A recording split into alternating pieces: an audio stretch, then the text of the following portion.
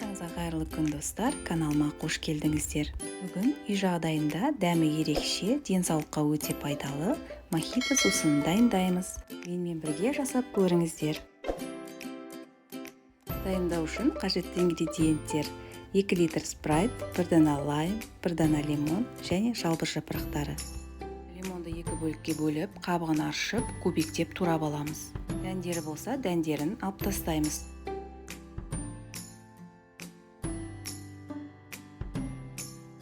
Жалбыз жапырақтарын сабақтарынан ажыратып аламыз. Ыдысқа жалбыз жапырақтарын, кесілген лимонды және де спрайттан кішкене құйып, блендермен езетін боламыз. Блендерлеп болғаннан кейін шетке қоя тұрамыз. Лайм мен лимонды видеода көрсетілгендей етіп жұқалап кесеміз.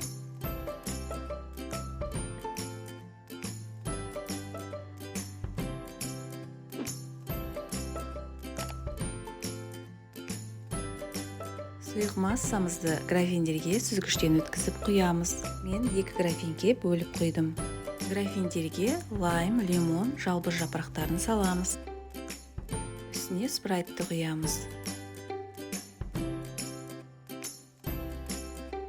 Дәмі ерекше, денсаулыққа өте пайдалы мохито сусыны дайын болды. Стаканға құйып жей болады.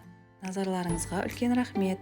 Видеом ұнаса, лайк басып, комментарий қалдырып, каналыма тіркелуді ұмытпаңыздар. Келесі кездескенше.